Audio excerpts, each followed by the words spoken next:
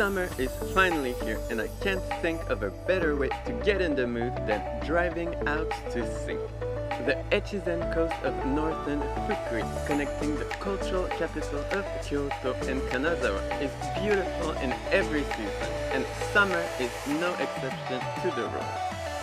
Here, not only can you try your hand at some fishing, enjoy fun marine activities, or simply go for a dip in the ocean, a bunch of stores, restaurants, and other family-friendly establishments offer an abundance of surprising ways to spend summertime in true Japanese fashion. Once we get to the coast, our first stop is the WATARIGLASS Studio, a charming glass-blowing atelier overlooking the endless sea of Japan. The spectacular scenery is at the heart of the artist's creative process at WATARIGLASS Studio, and visitors can take some of it home through the unique handmade pieces available for sale at the shop. If you're more of a doer, you can always challenge yourself to the craft and try making your own. Feeling a surge of inspiration myself, I set out on making my very own wind bell, or Kurage, a staple of Japanese summers.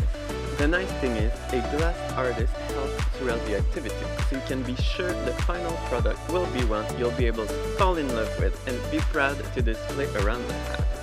Voila, not too shabby, huh? I can't wait to hang it at home and listen to the calming sound of the bell while lazing on the balcony. Next up is a public aquarium that opened its doors in the spring of 2022 and showcases various jellyfish and other exotic creatures from the rugged ocean coastline unfolding a few meters away. Everything in the main hall is home to a different species of jellyfish and will no doubt have you stir for a while, hypnotized by the mesmerizing spectacle. What's unique about this particular aquarium is that it features marine life you wouldn't really encounter at larger establishments, some of which you even get to pet. The place isn't short on humor either. Look at these quirky omiyage souvenirs. All of this exclusive merch was made in collaboration with local businesses. To unwind from all the excitement, we then head over to one of the several cozy eateries lining up the coast, Café Earth.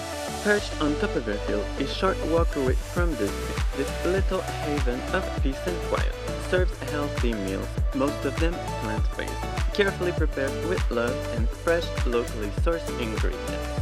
This time around, we decided to go with a dish of pasta and heshiko, fermented macaron, a Fukui specialty that is as tasty as it is good for you. Craving some dessert, we hit the road again and a short 5-minute drive takes us to a cute little stand selling deliciously rich and sugar-free banana juice. Among the various toppings you can choose from, one instantly caught our attention: sea salt from the Echizen coast. Curious to learn more, we head over to the nearby Echizen Shino craft salt behind the unusual topping, where visitors can witness traditional salt making in action and get their hands on some premium sea salt while at it too. There we meet with the owner, Mr. Shino, a true jack of all trades, well involved in the community. A variety of other locally sourced products are also on sale, including some cute handicrafts by Mrs. Shino herself. What a fun day of discovery! On your next visit, you too should rent a car and go for a pleasant drive along the Sea of Japan, all the while getting to know Japanese culture and customs the way locals do. For more travel ideas and local tips, look for Experience Fukui on your favorite social media platform. As always, thanks for watching and see you soon!